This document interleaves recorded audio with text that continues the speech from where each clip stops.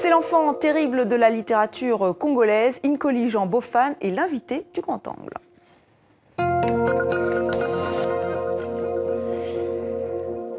2017 sera-t-elle l'année de tous les dangers pour la République démocratique du Congo? Aujourd'hui, les négociations sont suspendues, mais les violences se poursuivent. Encore 35 morts le week-end dernier dans l'est du Kivu.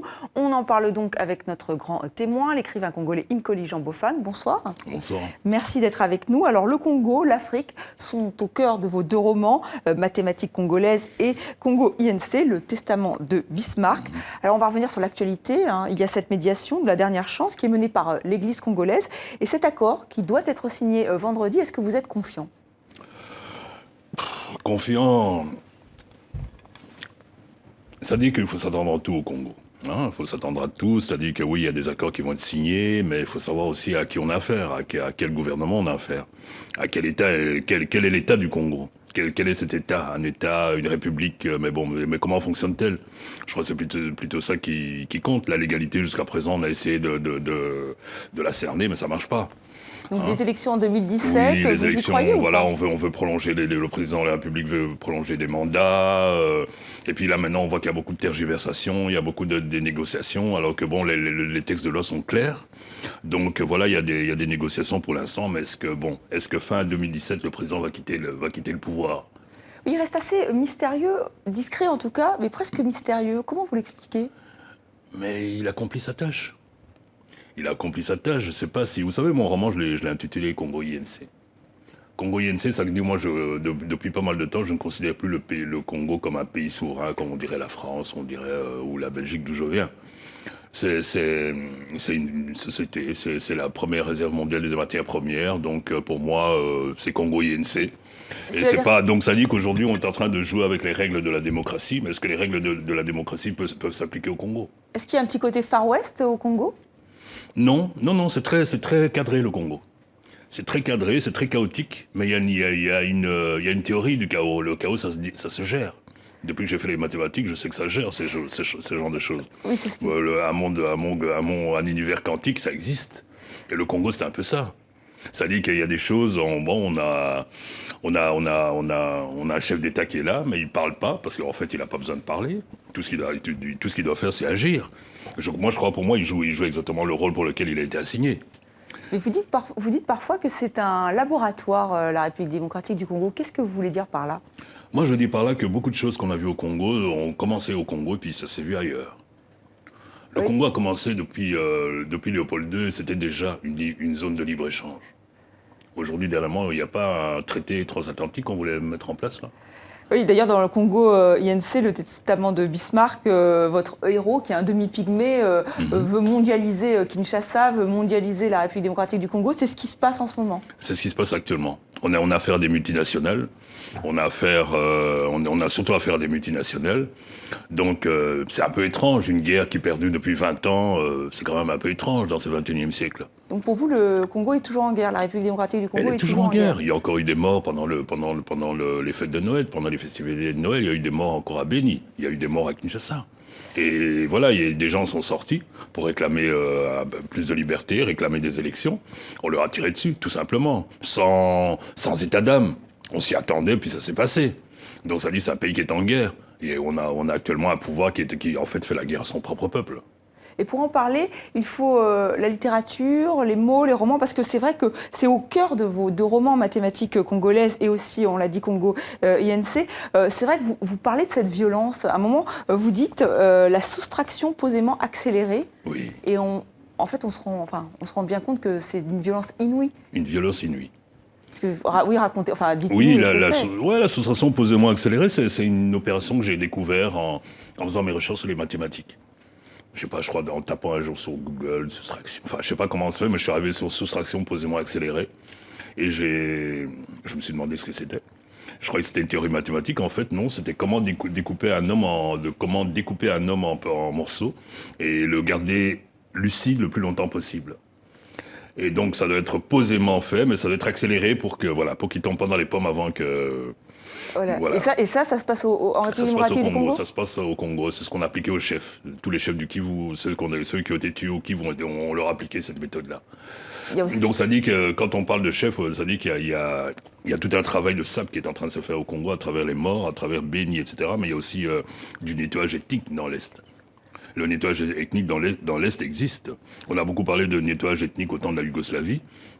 Et aujourd'hui, ou plutôt du temps de la Bosnie et du Kosovo. Et aujourd'hui, on est en train de voir la même chose au Congo et tout le monde se tait, personne ne dit rien. Oui, vous avez signé un article il y a quelques mois au titre éloquent, circulé, il n'y a rien à voir. Il n'y a rien à voir au Congo. Voilà, comment on peut faire pour alerter l'opinion? Est-ce que c'est ça le problème aujourd'hui? C'est le grand problème aujourd'hui. Moi, c'est pour ça, la seule raison pour laquelle j'écris mes romans. C'est-à-dire, je veux un peu montrer le Congo avec mathématiques congolaises. J'ai voulu montrer un peu, mettre en lumière le citoyen congolais. Avec Congo INC, j'ai voulu parler de cette guerre. Et parce que je suis artiste, je suis romancier. Et je crois que par l'art, on peut effectivement sensibiliser. À travers des articles de journaux, à travers des discours politiques, c'est un peu difficile. Et c'est ce qui vous a donné envie d'écrire, vous? C'est ça qui m'a fait écrire. Moi, j'ai écrit après le génocide du Rwanda. Il fallait parler, mais c'est le Rwanda qui m'a incité à écrire.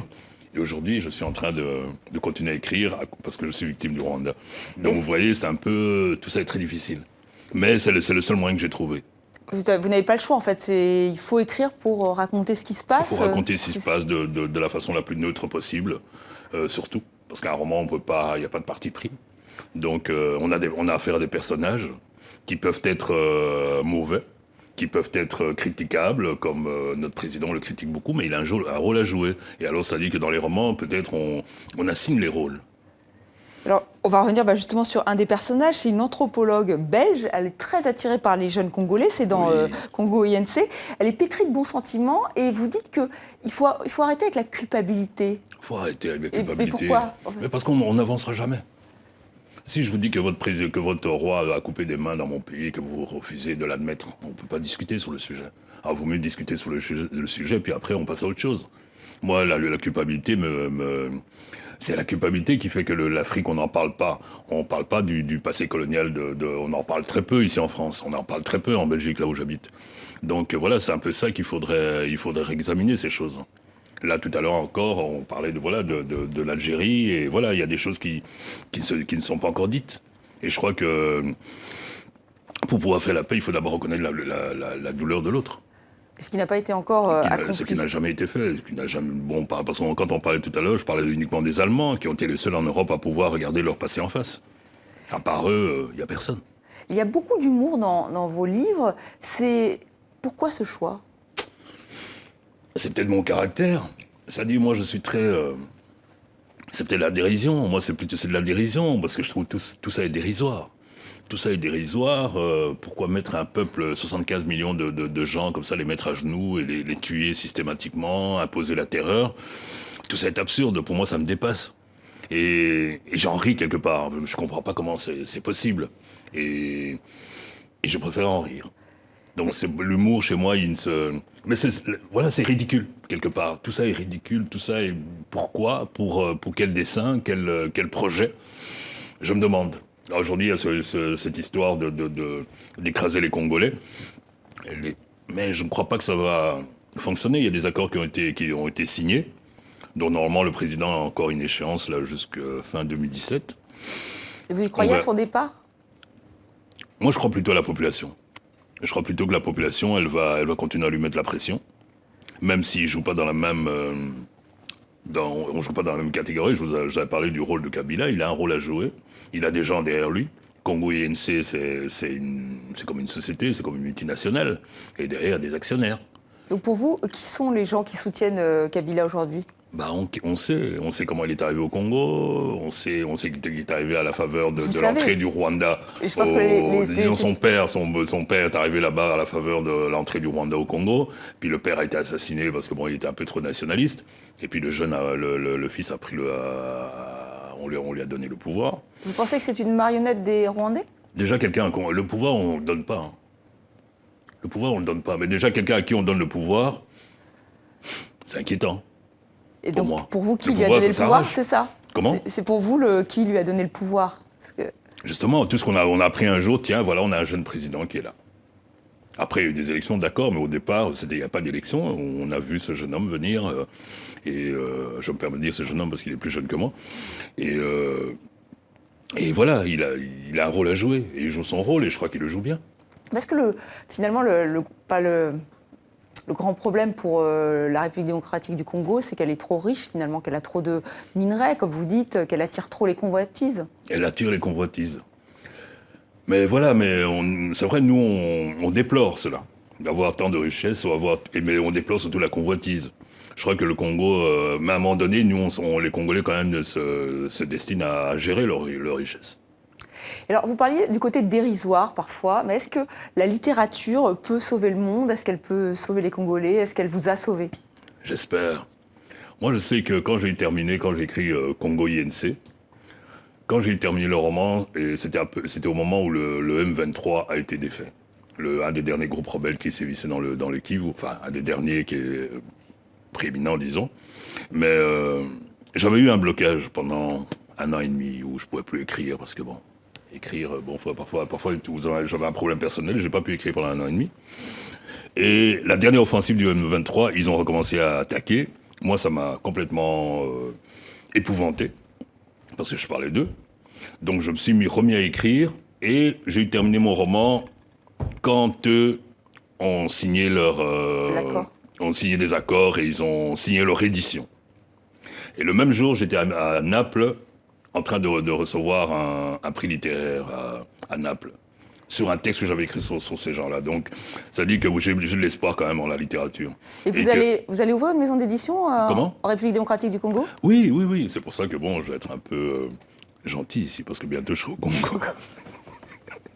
Donc voilà, c'est du concret. Vous voulez que tout le monde puisse Je lire. travaille sur l'édition au Congo. Je voudrais promouvoir la littérature, promouvoir des écrivains. On a quelques jeunes qui sont... On a besoin de littérature au Congo. Vous savez, tout à l'heure, on voyait M. Lieberman, on voyait M. Netanyahou. Ouais. Vous savez, il y a eu la Shoah. 6 millions de morts. Il y a le Congo, 6 millions de morts. Plus 500 000 femmes violées et mutilées.